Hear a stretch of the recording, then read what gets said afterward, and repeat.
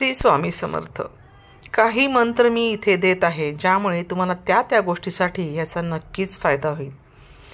ज्यांना शांत झोप लागत नाही किंवा मध्येच रात्री झोप उघडते आणि पुन्हा त्यांची झोप मग त्यांना येत नाही आणि लागतही नाही, त्या शांत झोपेसाठी एक खास मंत्र मी देत आहे.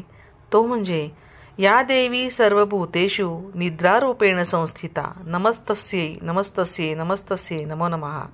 हा मंत्र रात्री झोपण्यापूर्वी म्हणल्यामुळे चांगली आणि शांत झोप येण्यास मदत होते. तेव्हा खास करून जेव्हा तुम्हाला अनिद्रा किंवा ताणतणाव जाणवत असतो त्यावेळेला हा मंत्र जरूर म्हणा. तसंच श्री स्वामींचा मंत्र म्हणजेच प्रचंड स्वामी बळपाठीशी रे अतर्क्य अवधूत हे स्मरणगामी अशक्य ही शक्य करतील स्वामी. हा जो मंत्र आहे हा मंत्र मनाला धीर देणारा आणि स्वतःमधला आत्मविश्वास वाढवणारा मंत्र आहे.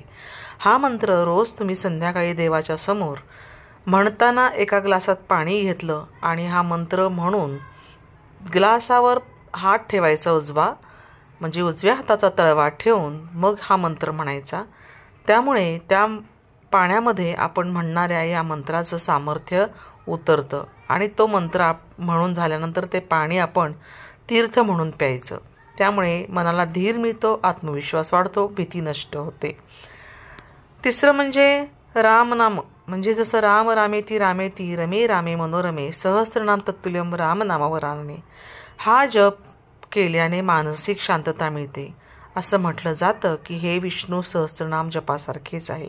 तेव्हा रोज रात्री देवाच्या समोर दिवा लावल्यानंतर जसं शुभं करोती शांताकारम आपण म्हणतो त्याचप्रमाणे हा आपण रामरक्षा आणि भीमरूपी स्तोत्रसुद्धा म्हणलं तरी खूप फरक पडतो. रोज आपण हे 2 मंत्र म्हटले पाहिजेत.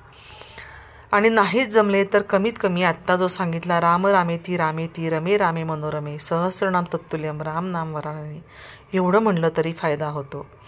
इतर मंत्र म्हणजे जसे तुमच्या इच्छेनुसार गायत्री मंत्र आहे, शिवस्तोत्रांसारखी इतर मंत्र आहेत, ते सुद्धा तुम्ही म्हणू शकता, ज्यामुळे तुम्हाला शांत आणि तुमचं निश्चिंत राहण्यास तुम्हाला हे मंत्र मदत करतात. मनातील विकार निघून जातात, विकृत विचार निघून जातात.